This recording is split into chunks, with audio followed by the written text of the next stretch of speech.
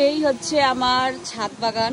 অনেক দিন পর আবার ছাদ বাগানের একটা ভিডিও আনছি, পুরো দেখাচ্ছি ডিটেলে।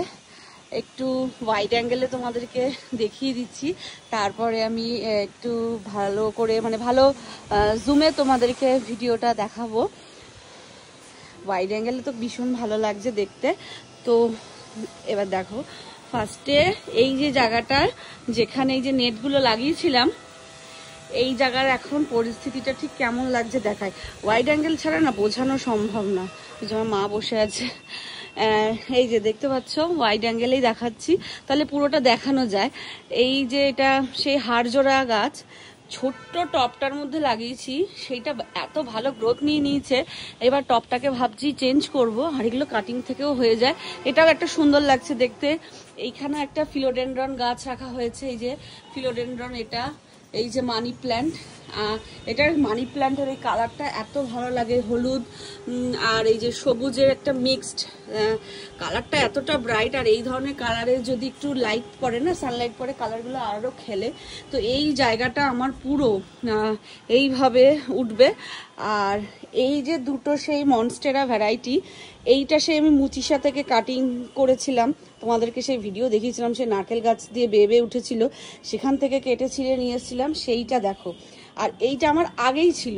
দুটো পাতাকে পাশাপাশি রাখলে পরে মনে হচ্ছে একটা সেমই গাছ, দুটো আলাদা টবে রয়েছে যদিও, একই গাছ হলেও আমার যেটা মনে হয়, কারণ আমি এত কিছু জানি না যদিও, কিন্তু আমার মনে হয় গাছ দুটো একটু ভ্যারাইটি আলাদা আছে। হ্যাঁ দেখো, এই গাছটা আমার আগেই ছিল, এইটার পাতার সাইজ, এটাও বড়, ভালো বড়, কিন্তু এইটার পাতার সাইজটা বীভৎস বড়। আর মুচির সাথে ঠিক এত বড় বড়ই পাতা ছিল, আর এই পাতাটা কিন্তু এর থেকে বড় আর হয় না।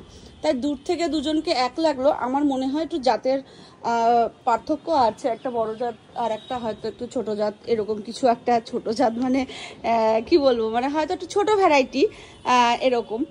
আর এই হচ্ছে আর একটা ফিলোডেন্ড্রনের একটা গাছ। এই যে একটা সিঙ্গোনিয়াম এনে রেখেছি, মনে হচ্ছে না কিছু টেকসই হবে। আর এই হচ্ছে তোমার বেবি সানরোজ। এখানে আবার কিছু ক্যাকটাসের কালেকশন, যেটা আমার মা দেখো একদম মন্দিরের মতন করে সাজিয়েছে। এই যে ক্যাকটাসের কিছু কালেকশন রয়েছে। আর আমার ক্যাকটাসগুলো না রোদ জল বৃষ্টি যেটা বলে বৃষ্টিতে রাখতে নেই, বৃষ্টিতেও আমি এইভাবে ওপেন রেখে দিয়েছি, ঠিকঠাকই আছে, কিছু প্রবলেম হয়নি। আর এইখানে কিছু জবা গাছ আছে। এইখানটা হচ্ছে আমাদের বেসিক্যালি পুজোর ফুল টুল। এই যে এটাকে কি গাছ যেন বলে, আমি ভুলে যাচ্ছি এই মুহূর্তে, নামটা মনে আসছে না, কি যেন নাম, সেই নাকচম্পা ফুল আর এই জবা গাছ আছে।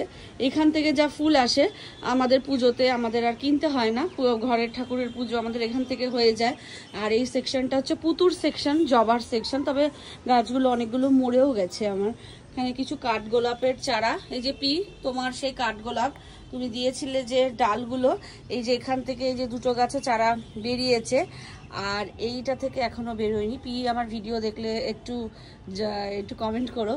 আর এইটাতে সেই কাটিং থেকে বললাম না, সে অনেকগুলো গাছ করেছে যেগুলো আমাদের রয়েছে সিঁড়ির ঘরে, সেইগুলো। এখানে প্রচুর তুলসী গাছ হয়েছে। এই তুলসী গাছটা কোনো মাটি যে কিনে আনা হয়েছে সেইখান থেকে এই তুলসী গাছ এসছে।